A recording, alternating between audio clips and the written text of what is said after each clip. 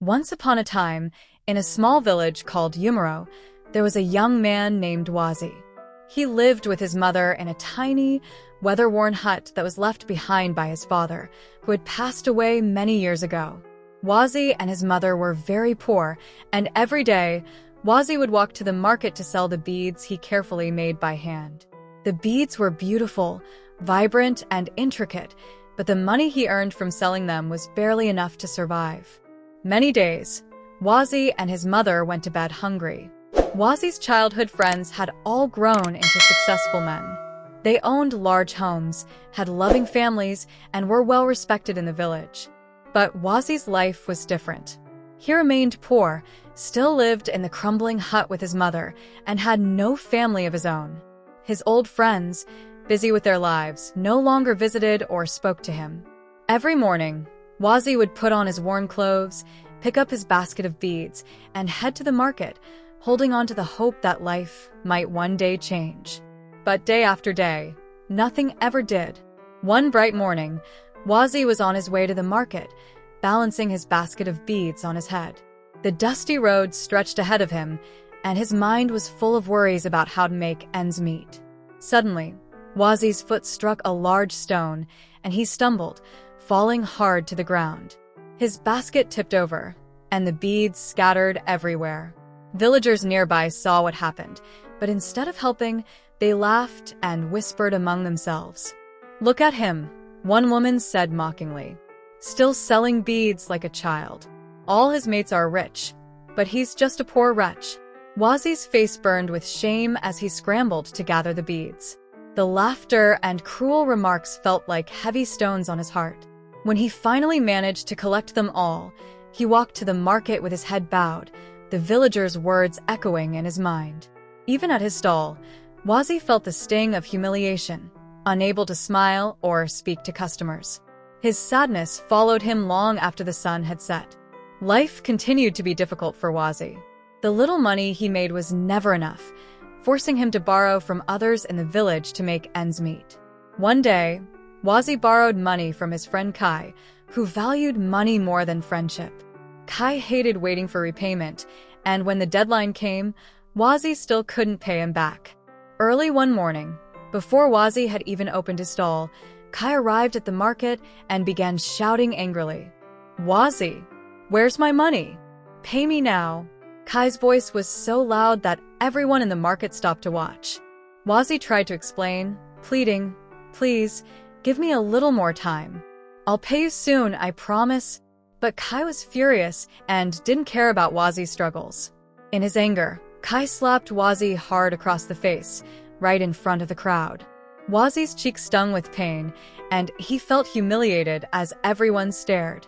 Some kind-hearted traders felt sorry for him and gave him a little money to help pay Kai back. Though grateful, Wazi felt small and ashamed.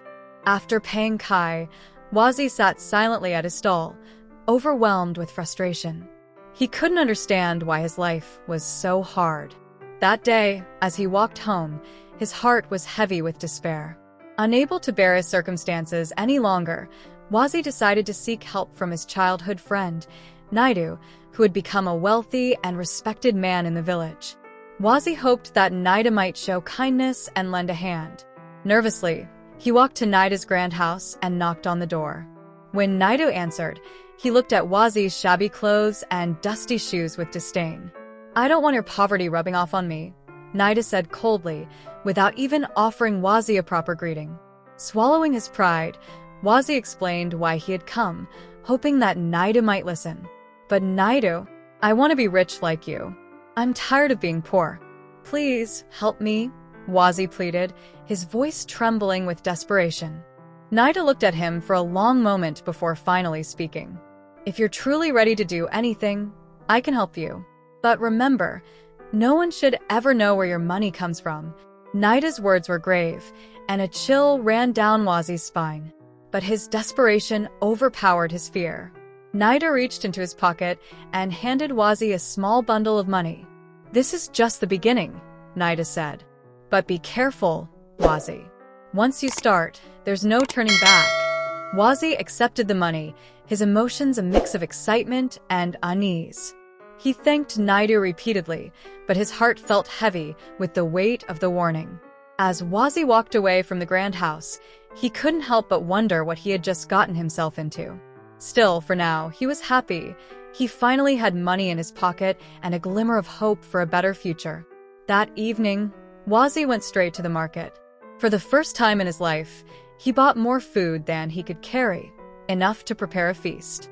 That night, he cooked a lavish meal, something he and his mother hadn't enjoyed in years. As they sat down to eat, his mother looked at the abundance of food in astonishment. "My son, where did you get the money to buy all of this?" she asked, her tone filled with both curiosity and concern. Wazi hesitated but forced a smile. "The gods have smiled upon me, Mama. They have blessed me," he said, not wanting to reveal the truth. His mother nodded slowly, her eyes clouded with worry. "Be careful, my son," she said softly. But Wazi was too caught up in his excitement to pay attention to her warning. A few days later, eager to know what was next, Wazi returned to Naida's house. Naida wasted no time and led Wazi to the chief priest, a man known for his mysterious powers. The chief priest fixed Wazi with a piercing gaze. "I see a bright future for you," he said, his voice deep and commanding. "But you must be ready to do whatever it takes." Wazi, though nervous, nodded firmly. "I'm ready," he replied. The chief priest instructed him, "Bring me 2 white cockerels. We will perform a ritual, and your journey to wealth will begin." Without delay, Wazi went to the market and purchased the 2 birds. That night, under the cover of darkness, he brought them to the priest. The air was thick with smoke and the murmur of strange, incomprehensible words. Wazi felt a mix of fear and anticipation as the ritual unfolded. The next morning, Wazi woke to a sight he couldn't believe: 2 large bundles of money lying right beside his bed. Just as the chief priest had promised, wealth had found him. Wazi's heart raced with joy. He thanked the gods repeatedly and immediately began planning how to expand his bead business and transform his life. That day, he went to the market with a renewed spirit, feeling like he was finally on the path to becoming a rich and respected man, just like Naidu. But deep inside, Wazi knew this was only the beginning of something much larger and possibly more dangerous. His excitement overshadowed his unease as he returned to the chief priest's shrine to share the news. The priest, however, was not surprised. He listened to Wazi with an unreadable expression before saying, "This is only the start, Wazi. If you want true wealth, you must make one more sacrifice." Wazi's heart sank as the priest's voice grew colder. "You must bring me the heart of someone who shares your blood," the priest said, his gaze unwavering. Wazi froze, his mind racing. "But I have no siblings, no relatives," he stammered, searching for a way out. The priest's words came like a dagger. "You have your mother." The room seemed to close in around Wazi. "You have 3 days to decide," the priest continued. "If you do not bring the heart, you will either die or lose your sanity. The choice is yours." Wazi's world crumbled in that moment. His mother was the only person who had ever loved him, the one who had always stood by him. The thought of harming her was unthinkable, yet the priest's chilling ultimatum echoed in his ears. As Wazi walked home, his feet felt heavy as lead. His heart was burdened with fear and despair. 3 days. That was all the time he had to make an impossible decision. Wazi stared at the lifeless body of the chief priest, his mind reeling in disbelief. The calabash in his trembling hands felt heavier than ever, its contents a grim reminder of what he had done. "No, this can't be happening," Wazi whispered, his voice barely audible over the pounding of his heart. The room was eerily silent, the weight of the situation pressing down on him like a suffocating fog. For a moment, Wazi stood frozen, unsure of what to do. He had sacrificed everything: his soul, his humanity, and the only person who had ever truly loved him, all for a promise that now seemed unreachable. "What do I do now?" he thought, his mind racing. Panic began to set in as he realized the ritual would never be completed, the path to wealth now forever closed. Desperation took hold of him. He dropped to his knees beside the chief priest's body and shook him violently, as if willing him back to life. "Wake up. You can't leave me like this," Wazi cried, his voice echoing through the empty shrine. But the chief priest remained still, his face a mask of calm that only deepened Wazi's despair. Tears streamed down Wazi's face as he stared at the calabash. The sight of his mother's heart made his stomach churn, and guilt consumed him. He had betrayed her trust, her love, and her life, all for nothing. The wealth he had dreamed of now seemed meaningless, a cruel illusion that had led him down this dark path. As the first rays of sunlight filtered into the shrine, Wazi realized he couldn't stay there. The villagers would soon wake, and questions would arise about his mother's disappearance. The thought of their judgment terrified him. Clutching the calabash, he stumbled out of the shrine, his mind clouded with fear and regret. The journey back to his hut was a blur. Every step felt heavier than the last, and Wazi's thoughts spiraled into chaos. "What have I done? How did it come to this?" he asked himself over and over. The village was still quiet as he approached his home, but the silence only deepened his torment. When Wazi entered his hut, the sight of his mother's empty bed was too much to bear. He collapsed onto the floor, sobbing uncontrollably. Memories of her kindness and sacrifices flooded his mind, each one cutting deeper into his heart. He had destroyed the one pure thing in his life, and now he was left with nothing but pain. Hours passed, but Wazi couldn't move. The weight of his actions had drained him of all strength. As the sun climbed higher in the sky, a strange sensation began to creep over him, a cold, suffocating presence that seemed to wrap itself around his soul. He tried to shake it off, but the feeling only grew stronger. Then, a voice echoed in his mind, cold and unforgiving. "You have spilled innocent blood, and now you must pay the price." Wazi's eyes widened in terror as the air around him seemed to thicken, making it hard to breathe. Shadows danced along the walls of the hut, and whispers filled his ears, growing louder with each passing moment. Suddenly, Wazi felt a sharp pain in his chest, as if invisible claws were tearing at his heart. He clutched his chest and screamed, but no one was there to hear him. The whispers turned into cruel laughter, and Wazi realized with horror that he was losing his grip on reality. The chief priest's warning had come true. He was descending into madness. In his final moments of clarity, Wazi understood the depth of his mistake. He had traded everything for wealth, only to lose his soul in the process. As darkness consumed him, Wazi's last thought was of his mother and the life he had destroyed. The villagers found him the next morning, lifeless on the floor of his hut, his eyes wide with terror and his face frozen in a twisted expression of anguish. And so, the tale of Wazi became a grim warning for generations to come, a story of greed, betrayal, and the unthinkable price of ambition. The elders raised their hands, commanding silence as the villagers clamored for immediate punishment. The fury in the crowd was a storm waiting to break, but the elders needed time to deliberate. Netta stood trembling, his confession casting a dark shadow over the entire village. Wazi, kneeling and broken, seemed a shell of his former self, overwhelmed by the weight of his guilt and the revelation of Netta's atrocities. The eldest among the council, a man with deep lines etched into his face and a voice that carried authority, spoke. "What has transpired here is a blight upon our village, a betrayal of trust, love, and the sacred bond of family. Justice must be swift, but it must also be righteous." The villagers murmured in agreement, though their anger simmered beneath the surface. The elder continued, "Wazi, your crime is unforgivable, and you have brought shame upon yourself and sorrow upon us all. But Nedu, your actions have set a chain of evil in motion, corrupting not just one man but our very way of life." Turning to the crowd, the elder declared, "Both shall face justice, but it will not be in the chaos of anger. We must uphold the laws and traditions that bind us together as a people." The elders consulted briefly, then announced their decision.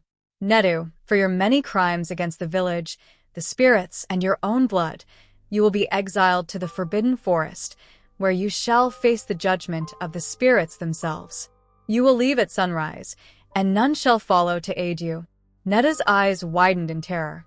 The Forbidden Forest was a place of myth and fear, said to be inhabited by vengeful spirits. No one who ventured there ever returned.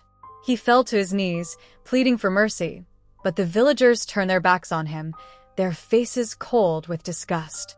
As for Wazi, the elder's voice softened, though it remained firm. "Wazi, your act of matricide has left an indelible stain on your soul. You shall be made to labor for the village, tending to the fields and rebuilding what your actions have torn apart. Your freedom is forfeit, and your life will be one of servitude and penance until your final breath." The villagers, while still angry, murmured their approval. This punishment, though harsh, allowed Wazi to live and atone for his sins.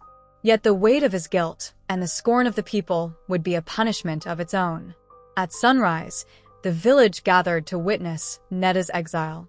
Bound and alone, he was marched to the edge of the Forbidden Forest, his cries for mercy unanswered.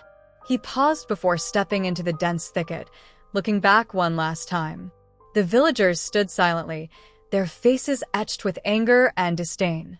As Netta disappeared into the shadows of the forest, a chill seemed to pass over the crowd. Wazi, meanwhile, was set to work immediately. Each day was a reminder of his crime as he tilled the soil and repaired homes under the watchful eyes of the villagers.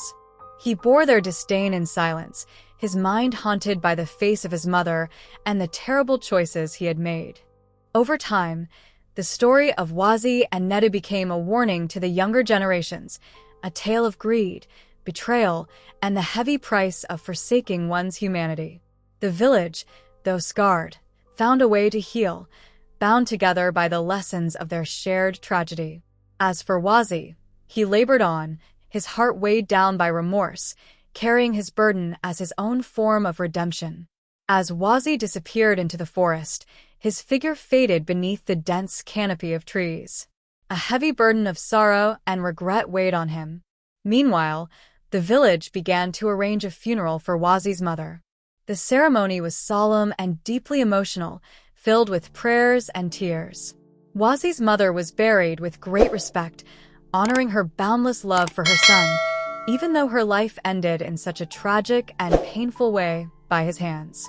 Her grave became a place for the villagers to visit and reflect, serving as a reminder of the lessons they had learned from this tragedy. The elders declared a new law: anyone who wished to see the chief priest must first go through the king. The shrine would no longer be a place to seek wealth through dark means. Instead, it would be transformed into a sacred site for prayer and guidance based on noble values and integrity.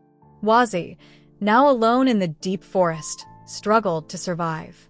He built a small hut and sustained himself by foraging for fruits and hunting small animals. Each day was filled with loneliness and torment from his memories. The image of his mother's kind face and warm smile haunted him relentlessly. To ease his pain, Wazi began carving small wooden statues, each one representing a cherished memory with his mother. It was his way of seeking redemption, even though he knew true forgiveness could never come. Back in the village, life gradually resumed, with a profound lesson etched into the hearts of the people. The tale of Wazi and Netta quickly became a moral story passed down through generations. Under the shade of ancient trees, parents would recount the story to their children, reminding them of the dangers of greed and the value of love, honesty, and kindness. "Greed will burn your soul," the elders warned. "Cherish what you have, for wealth built on the suffering of others only brings darkness to your heart." Nedu, once respected for his wealth, was now a wandering outcast with his family, burdened by shame and guilt. They lived in poverty, left with nothing but bitter memories of cruelty and the consequences of their wrongdoings. The village slowly regained its peace. With a new law and a renewed sense of unity, the villagers felt more secure. The tragic story of Wazi was remembered not only as a cautionary tale but also as a lesson in forgiveness and the consequences of unchecked greed. Although living deep in the forest, Wazi could never escape the shadows of his past. He lived in isolation, burdened by pain and regret. Each statue he carved was an apology, but he knew the apology would never be heard. And so, the story of Wazi and Nedu became an indelible part of the village's culture and morals, a reminder that happiness cannot be built on the suffering of others, and the cost of greed often far exceeds the wealth it promises.